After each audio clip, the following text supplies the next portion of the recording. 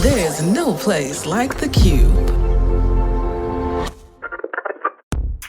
Family, it's your favorite queer radio personality, Anna DeShawn, and this is Queer News, your favorite weekly news pod where race and sexuality meet politics, culture, and entertainment. I want y'all to know we have our 10th annual Purple Tie Gala concert and silent auction coming up on Saturday, October the 7th.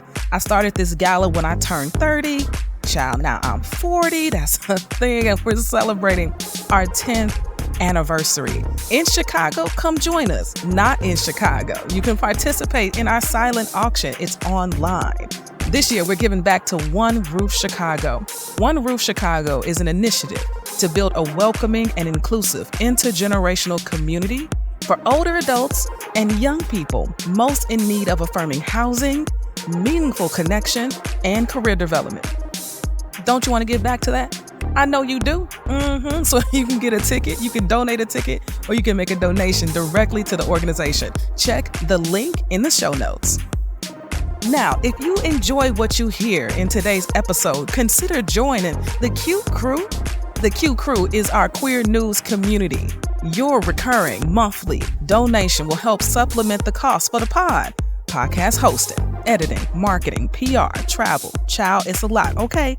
If you believe in the work we do, if you believe LGBTQ stories need to be amplified, if you love and respect how I report on the news and tell our stories, join the QCrew. A link is, of course, in the show notes.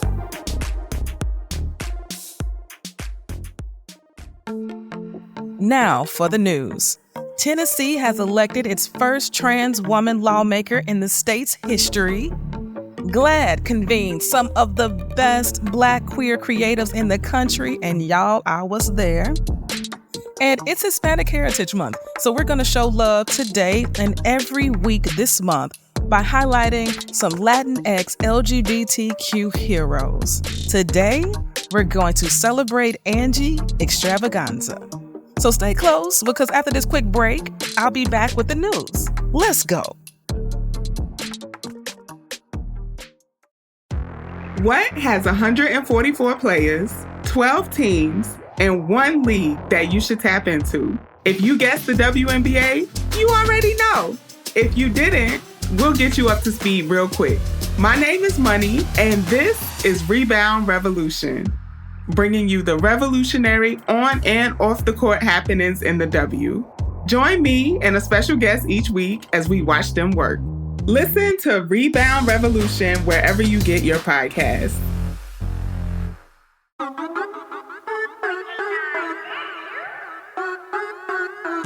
You are now tuned in to higher frequencies. We do this frequently. Turn your radio station to E3 for that decency.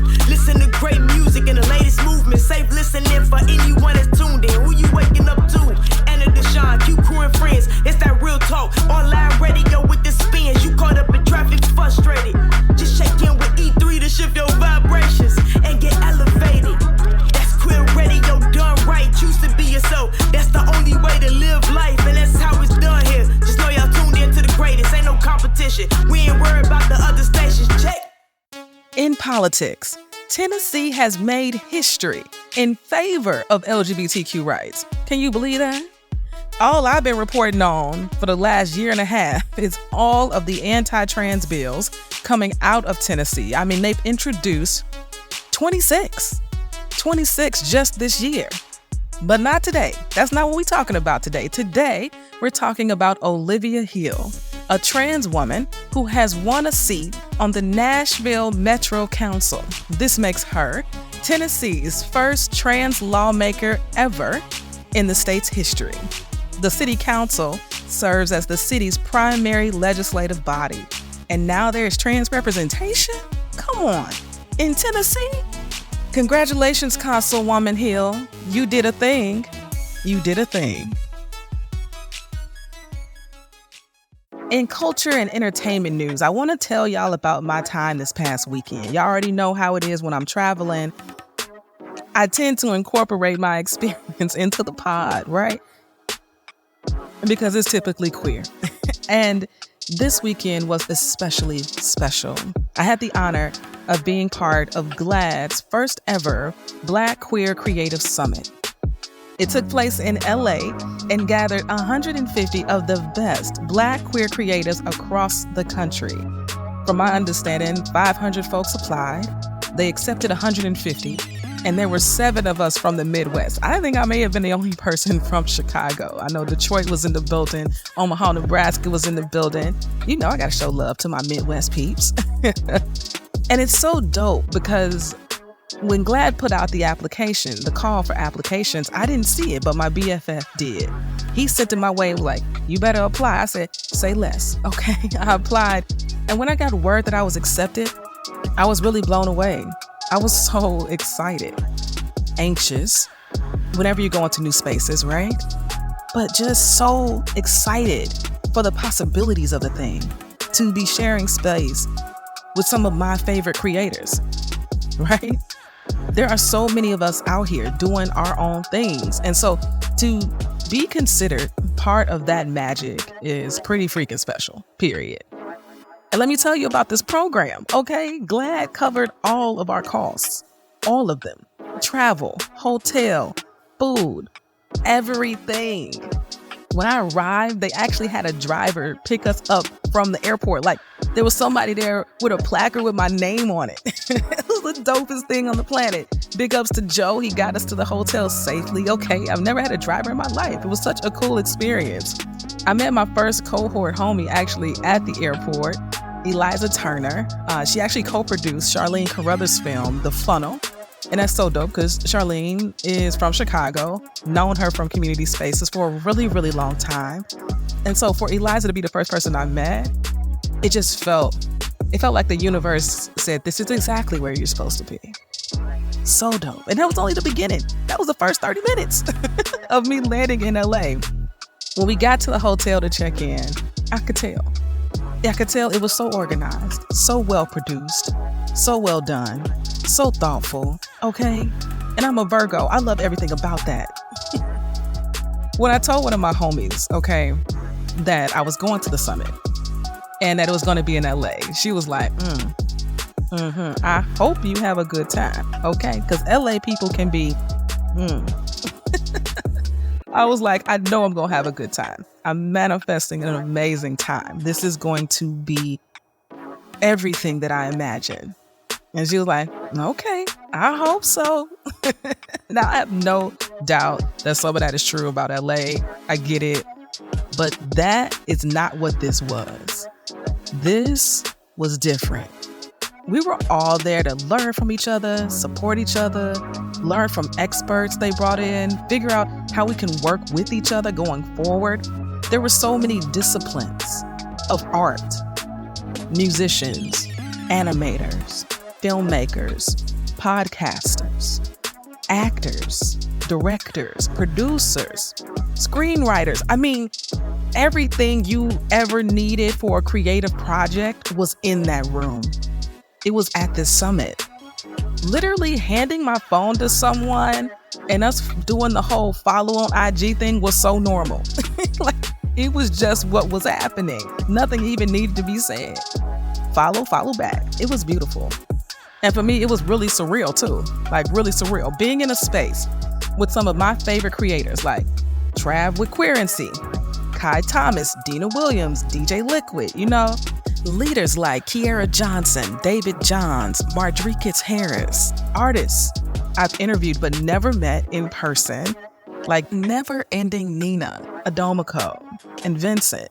Then there were influencers who actually participated in the summit with us, like Hope Giselle, Ashley Marie Preston, Cedra Smith, Alfonso Mills, Dr. James Simmons, Dr. John Paul. Like, these people are just around. Influencers just walking around being human. Like T.S. Madison, Angelica Ross, Kaylin Allen, Nico Anan, Asian, Jordan Cooper, Travell Anderson, Kid Fury, Raquel Willis, and Kit Ken. Like, whose life is this? What is happening? What is happening right now? Oh, that's right. It's my life. It's my life. What? There really aren't words to describe the feeling of being in such a revolutionary space like this for 3 days. 3 days. Opening reception, 2 days of talks and panels, closing receptions, parties. It was more than I could have imagined it to be. And something that started in one person's imagination, one person's vision.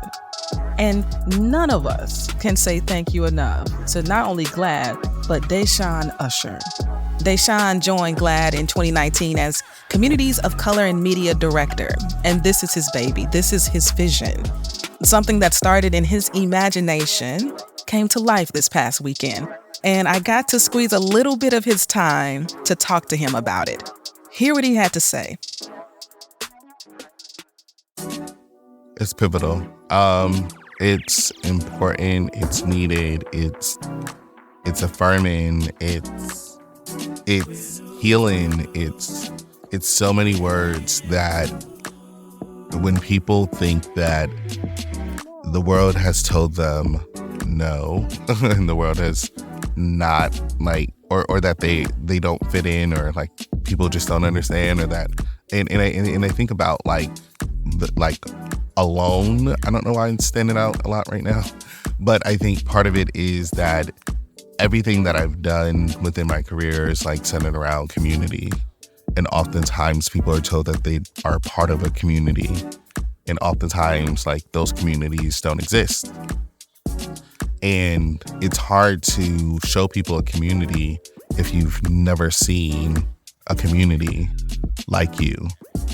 And so I consistently and constantly am trying to show people the communities that they opt in to be, that they're real.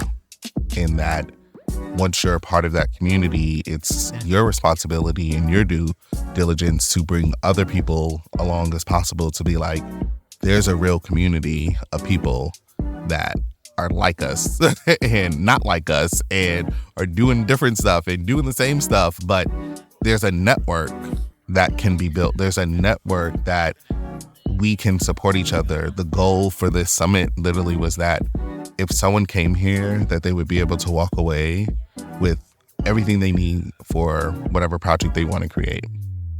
Because those people are in the room. Those people are speaking. They're not inaccessible.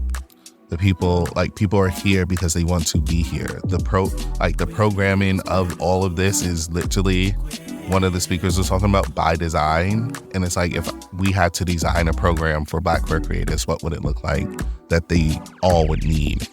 Yeah, I'm just super excited for what's next and the future that everyone in this room will create.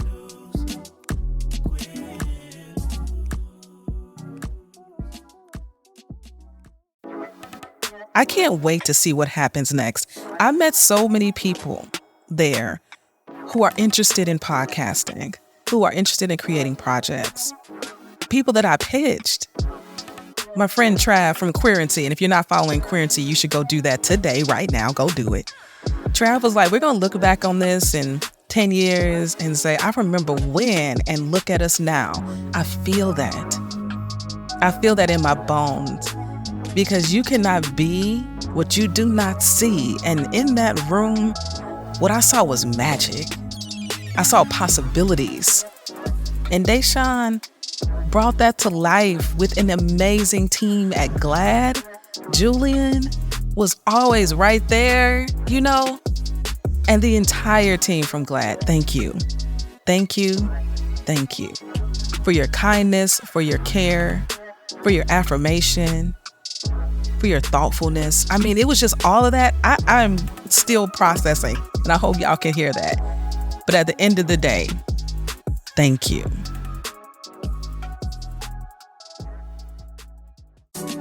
If you're hearing this, it means we didn't sell this ad space. If you're hearing this, it means running ads on our podcast actually can work. You see what I did there? You see this real life example? You got an event, do you have an organization, do you got something you need to get the word out about? We got rates starting as low as $100. Check the link in our show notes for more information. Hey, I'm Anna. And I'm Adele. And this is the Head Nod, Season 1, Black Life at a PWI. It's an unfiltered take on Black life in predominantly white spaces. In the process, we learned some things. Ooh, especially that music, Chile. Tune in every Tuesday for a new episode wherever you listen to your favorite podcast. Now, it's Hispanic Heritage Month, and I'd be remiss if we didn't honor some of our community's Latinx icons. So we'll celebrate one person every week of the month. This week, we celebrate Angie Xtravaganza. And I want to thank Remezcla for being our news source for this information. So Remezcla tells us that for many Latinx queer folks in New York, the ballroom scene is where they found their family and where they're able to express themselves. That is in large part due to Angie Xtravaganza, who became house mother of the primarily Latinx ball house, the House of Xtravaganza. Xtravaganza and her house were featured in the groundbreaking documentary Paris is Burning. And under her tutelage, the house produced a number of ballroom and dance legends like Venus Xtravaganza and Madonna's Vogue choreographers, Jose Gutierrez and Luis Camacho. She is remembered as one of the great house mothers in all of ball culture. So if you didn't know Angie Xtravaganza before, now you do. Go find out some more information, That's all this is about. All right, family, y'all know it's the end of the pod, and Anna's always got a word. The word for today is fight. I want you to fight for the things you believe in. I want you to fight for what you believe is right. And that fight will look different for all of us because we have different gifts. Maybe your fight is at home raising your children to grow up and be loving and good human beings, because we need more loving and good human beings out here in the world. Maybe your fight is in the classroom where you're teaching young people about justice and freedom movements. Maybe your fight is in the street through protests and direct action. I fight with this microphone to spread the word and to grow a platform of inclusivity and affirmation of LGBTQ folks, especially those of color.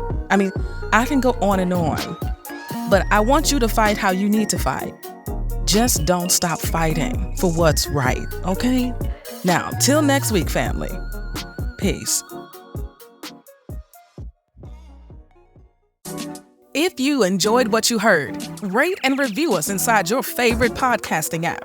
This podcast is written and produced by me, Anna DeShawn. Podcast editing by Experience J of Just Listen Media. And brought to you by E3 Radio, your #1 queer radio station playing queer music and reporting on queer news in high rotation.